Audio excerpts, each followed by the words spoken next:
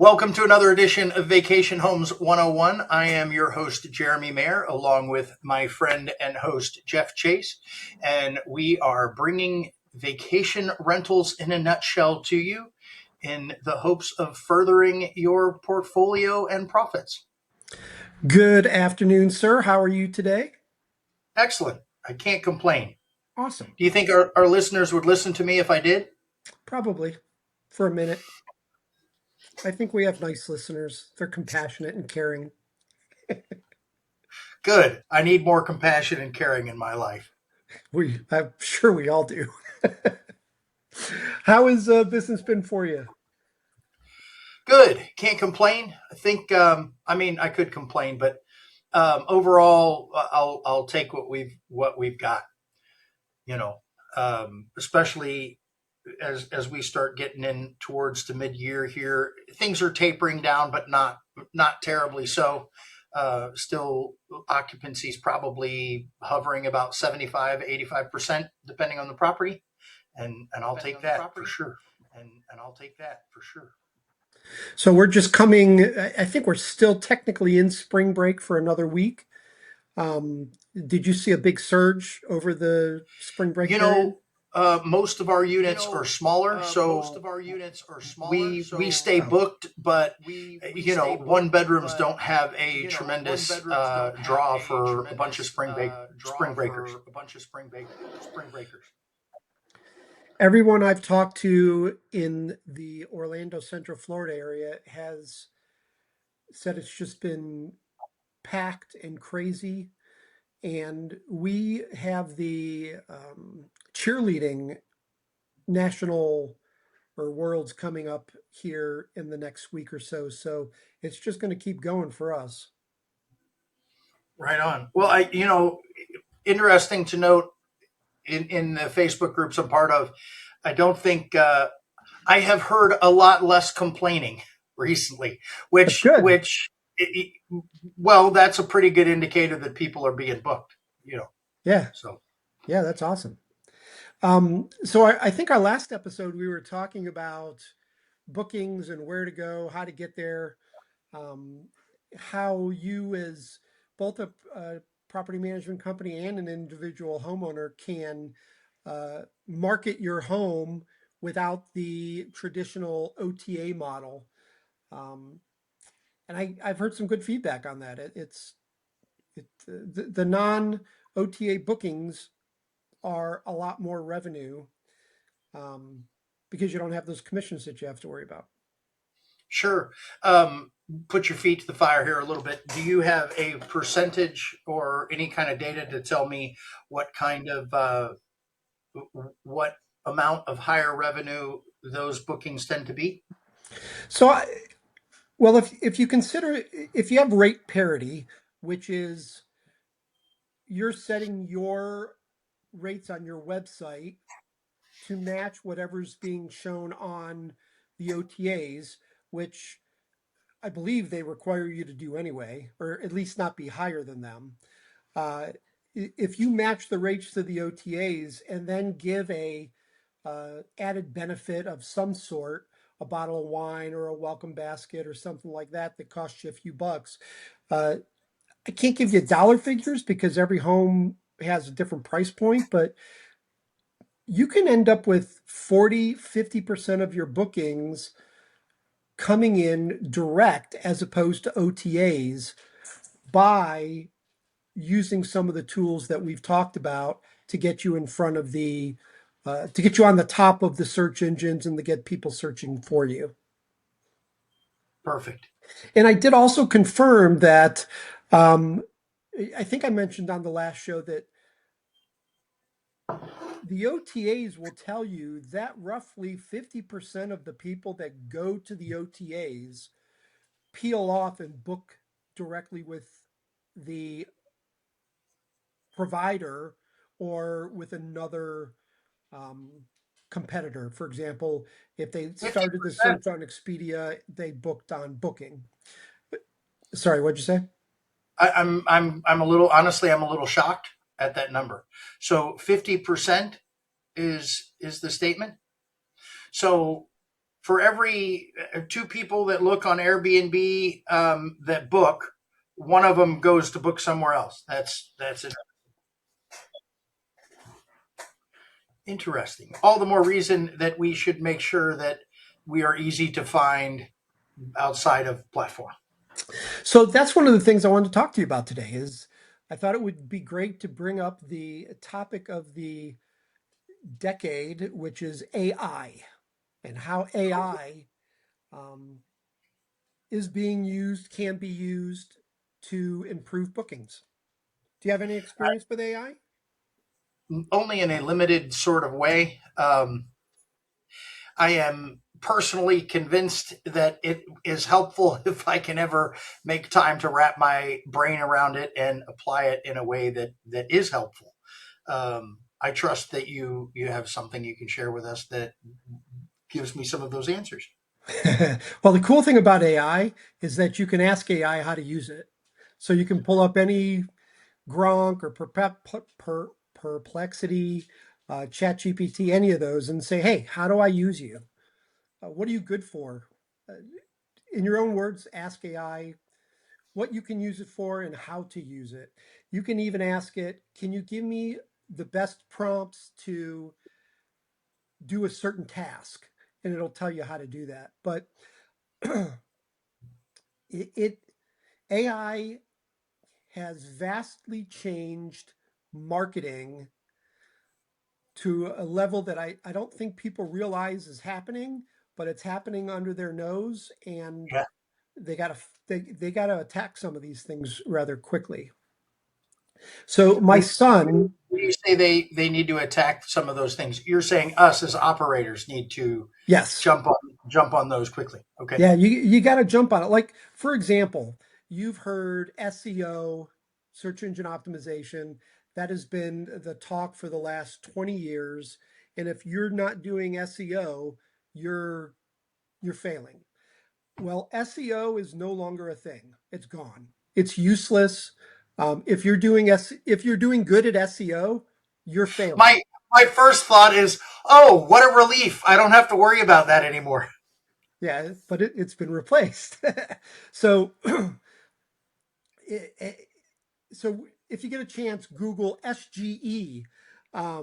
That is the new replacement for SEO, and that is basically um, the traditional. I'm the best. I have the best food. I have the best property. I have the best this or that.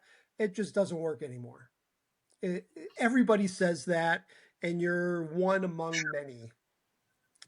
So What then the next steps are, so how do you differentiate yourself and rise to the top? so this is the challenge that I have given myself. And fortunately, my son is the head of an AI department at a tech firm. So I get a lot of insights from him. But you have to learn to speak a new language, which is the AI language. And it's not technologically complicated. Again, you could type this into any AI uh, program, and they're going to tell you the best way to talk. But what's happening with Google and Yahoo and MSN and any search engine that you use, Safari, um, they are all now being AI generated answers. So it's got to be something that AI understands, if that makes sense to you. You have to be able to communicate effectively to get effective communication back. That's what you're saying. Exactly. So before you would say, I'm a uh, 5 bedroom luxury home in Champions Gate or on Clearwater Beach. I have, Wolf appliances and whatever else to get you. You put all the keywords in there for the search engine optimization. Well, now the way it's working is you it's shifted to a long based description of who you are, who you're traveling with, what you want to do on vacation. So the replacement would be, um, we're traveling. We have a four-person family with a 16-year-old and an 8-year-old. So we're looking for a home that uh, combines amenities for both of those categories, so on and so on. My wife is a active chef, so we'd like a chef's kitchen, something with Wolf appliances or whatever it may Sure. be. You getting the gist of what I'm? Yeah, yeah, I think so. So, but how do you deliver that? And that's the other cool thing that's happening. So, for example, Google owns YouTube. So everything that's posted on YouTube, every video you put up on YouTube is indexed. Your What you're saying on that is indexed with the AI. So if on the video you say, "Hey, I'm in front of this home, perfect for a family of four with kids of the ages between 7 and 16, because we have a uh, uh, AV bedroom that the kids are going to love. It has the best audio equipment or the best video games. We have a uh, a character room, whatever the major character is, that has bunk beds and a slide. We have a pool." So all those things that you're describing in the video are now being indexed by the search engines. So when someone Googles, "Hey, I'm looking for a vacation home that's good for my family of four with a 16-year-old and 8-year-old," uh, your video is going to pop up at the top. Interesting. So you need to you almost need to over communicate. You do need to over communicate, and you need to deliver it in a way um, that is going to express what someone is going to, you have to think like an AI. What is an AI looking for? People just aren't searching for three-bedroom homes anymore, three-bedroom homes in Clearwater. With As AI becomes more and more uh, generative, for example, Perplexity has a travel component to it where you can tell Perplexity, "I want to spend $5,000. I want to stay in a vacation home. I have a family of four."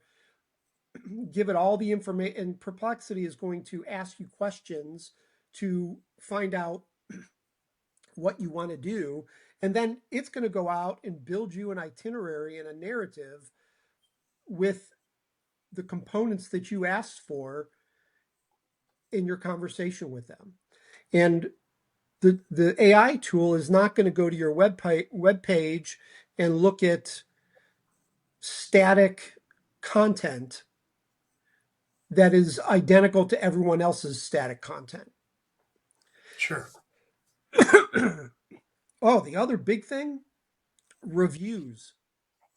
So if you right now, if you were to go onto Google and you were going to type in a search for something, at the top of Google right now, today, it's giving you content from reviews.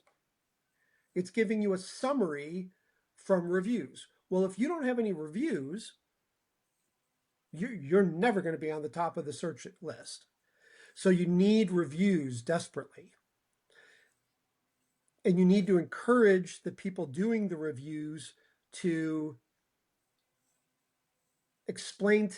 explain on the review why they feel this certain way about the home.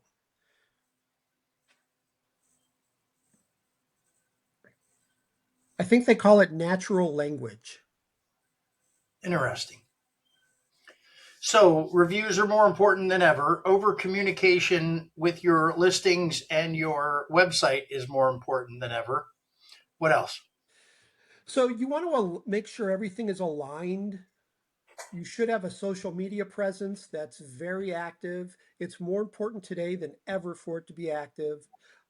Your website, um, the reviews, you want to make sure that they're all intermingling. So if you have a review that presents a unique characteristic of your property, I would go to Facebook or X or wherever, or all of them, and hey, did you know that a recent guest said this about our property, and put that information in that in the way that they said it. Gotcha. Makes sense. So everything you're doing is just really reviewing the value proposition and making sure that it's concise and delivered in a way that AI is going to understand it, talking in natural language. Makes sense. So one of the suggestions I received was to go to team members and say, "Hey, explain. I want you to go look at this house and tell me what you think of it in your own words, and use that content to develop the picture that you're building for that property." So translate that into an action item for me. So it's easy enough for me to go to various members of my team and say, "Well, describe this property to me, presumably in a positive way, and then incorporate." Then what's the next step? Incorporate their statement, their verbiage into our website. Yeah, so put a picture of them on the website, or our maintenance guy, or whoever said this about this property.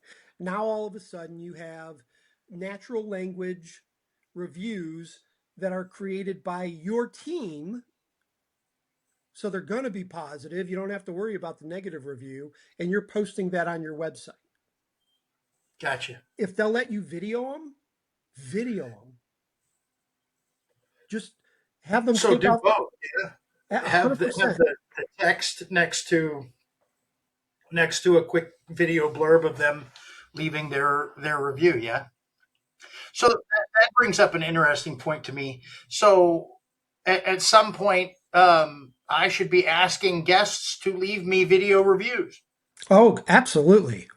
Take out your camera, I record your I don't family. know many people that are doing that, um, but that's interesting. Yeah, It yeah. is a tremendous asset if you can get people to do that. I wonder what incentives I could offer my guests. It's not uncommon to hear people say, "Well, we'll give you X dollars off or what have you if you leave us a good Google review." Um, I wonder what kind of incentive we could offer to say, "Hey, upload a video of your review to our website, and So we'll give I you would some." say, look, we give away a 3-night stay every month. We Hmm, com- we do a drawing for everyone that put a video, gave us a video review. We do a 3-night stay drawing, or we do a $25 Amazon gift card, or we do a something. Okay, something. fair enough. You That don't have, that distributes the cost load and still makes it attractive. correct. Correct. And then it gets even better because you can take all the reviews. You first, AI will give you a text version of everything that's said. Okay. Then you copy and paste that into AI and say, hey, find me the 5 or 10 most commonly stated benefits of this property. And now all of a sudden you have a consumer driven list of the 5 most important things about your property, so you know where to market it more effectively. Interesting. The other thing I have to warn you though is that, and I'm learning this, so I'm by no means an expert at it, but garbage in, garbage out.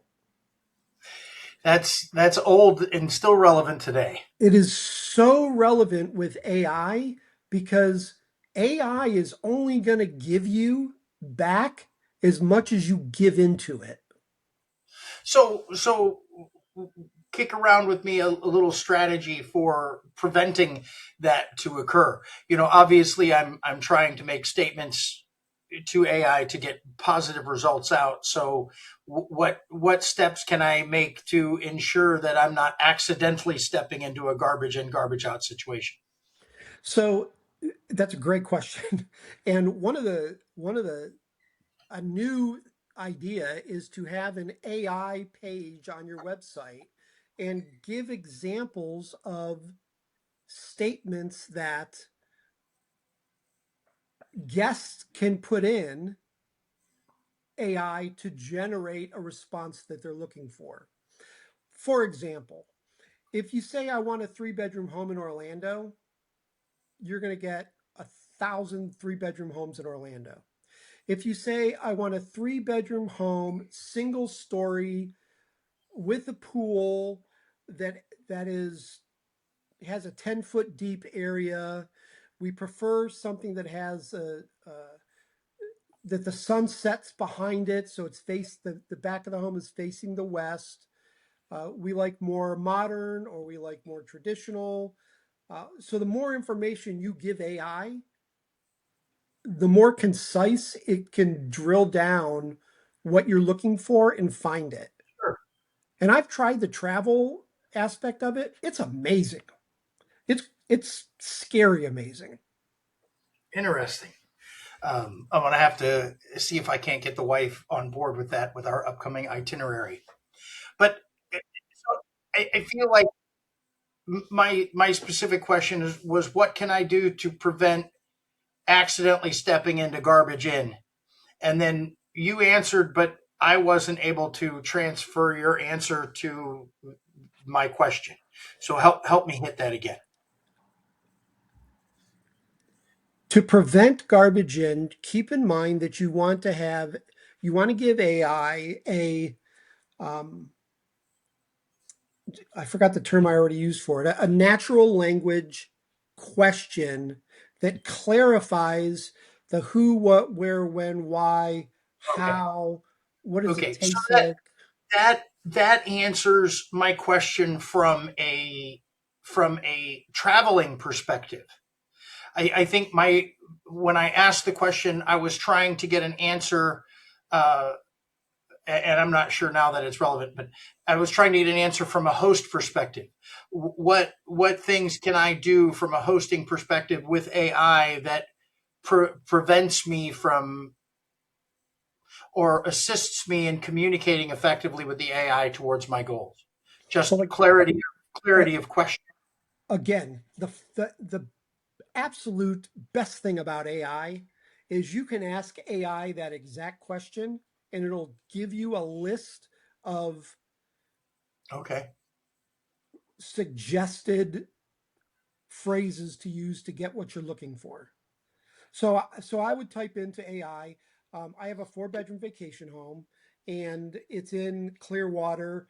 What information would you like for me to help me write a better AI relative description of my home? And it's okay, going to tell you. It'll say, well, is it story or 2 story? What does it smell like? What is it? What are the colors? Um, interesting. Okay, yeah, it's that makes more sense to me. Okay, yeah, I, yeah. I didn't mean to take us into the weeds there. Well, I mean, the weeds aren't bad with this. I could talk about this for hours and hours and hours and hours and hours. And maybe we'll do more episodes. In fact, I was thinking that there's a guy locally, I'd love to get him on. He's hilarious. He's like, do you remember Dr. Nye, the science guy? Sure. He's like Dr. Nye, the science guy, but Careful there, you're dating us, Jeff. he's the AI guy. He is hilarious. Is he specifically in the STR space? I'm wondering if I haven't met him at a convention or not. No, he's actually not in the hospitality arena at all. He is a I don't know what the title is, but he works with Google. He works with a lot of the big tech companies on uh, exploratory committees and boards. And like when Google Glasses came out, he was the first person that I knew of that had Google Glasses back however many years ago. Um, Okay. and he had them to test. So he's up to date on all the newest, latest, up to date stuff. There's another Perfect. guy. This is amazing. He has set up, and this would be a whole nother segment where he set up AI so every day it scans for events that are going to have more than 50 people. AI every day scans for new events coming to the area that are going to have more than 50 people. Now, this guy, he works with a hotel, so that's why the number of 50 people. But for him, it automatically comes back and says, hey, there's all these events. Now, it looks at social media, it looks at, it scans the universe looking for anyone that says they're going to a destination and anything in their context says that they're going to have more than 50 people. It automatically takes whatever the context, like for example, I mentioned that there's a cheerleading uh, championships coming to this area. Um, it would have picked this up months ago. It would have automatically segmented what category of people are going to this event. Then it would automatically have created a marketing platform that's going to be sent out to those people going to that event, and it'll automatically track the number of bookings and all that sort of stuff, I'm exhausted thinking about. all But I mean, automatic. that's great, and it's all done automatically. Yeah, yeah, yeah. That's fantastic. So and he used a real world example when I was at a conference with him, and it was they generated like $250,000 in revenue from this one event, and it was a I think it was a funeral or something weird like that. It wasn't even a But they wouldn't have known if he didn't have the AI out there pulling that data every day. right, right. In fact, I use Perplexity a lot. Perplexity, if you join, has a system in it where it will go out. You tell it what time, daily, weekly, every other day, and it'll go out and search for you for specific information. And then it'll deliver it to your email inbox with a Nice. summary of what happened. Great. I need to get on that better than I'm doing right now. I'm sorry, I keep going on and on and on about AI. No, it's good. I think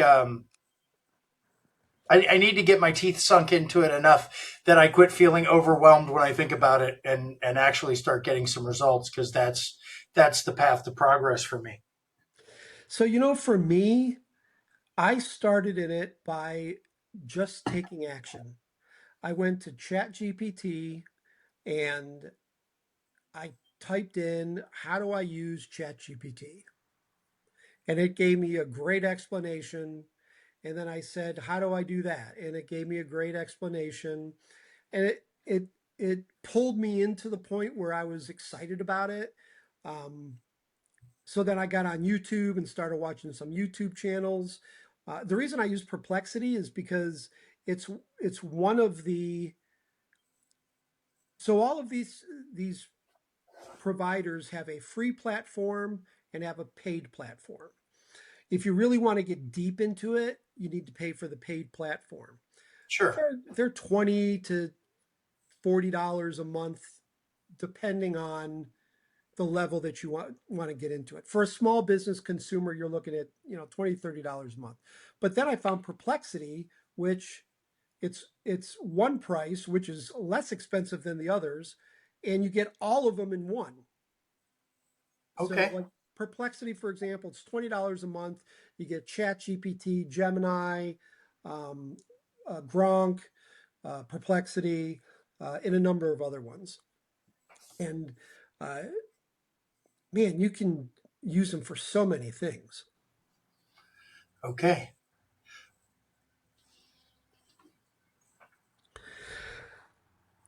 So I've been talking nonstop. Say something.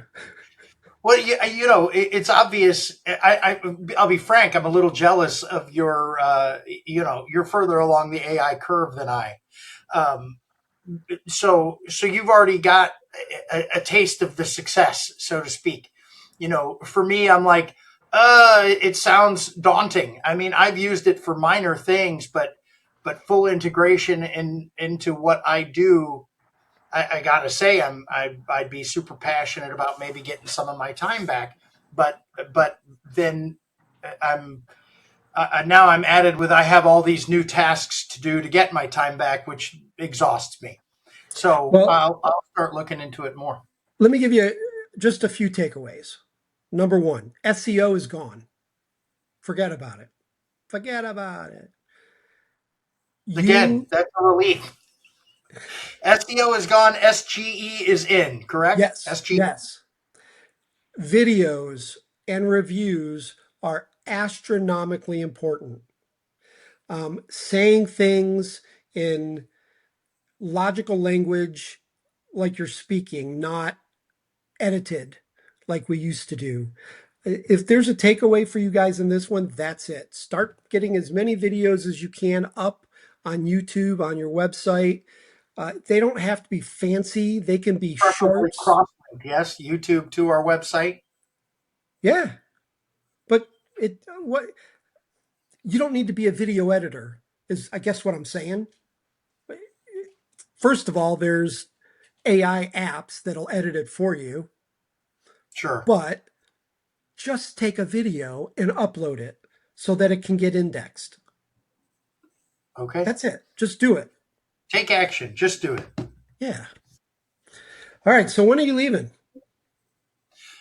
We leave on holy cow, the 15th, next Wednesday, early in the morning.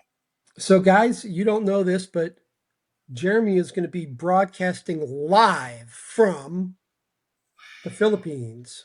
Yeah, short stop in Japan and then the Philippines for a couple of months. Couple of months. We'll be back beginning of July. Wow. Must be nice. You're Yeah. jealous. I'm jealous. Well, working it's a 12-hour time difference. So, that's the challenge there is because I'll continue to work while everyone else is switching their time to, being active in our nighttime, and then I'm trying to do both, which is where it gets fun. Awesome. Well, we will pop up another episode in the coming week, depending on what you guys are asking for and talking about. Um, have you got anything else, sir?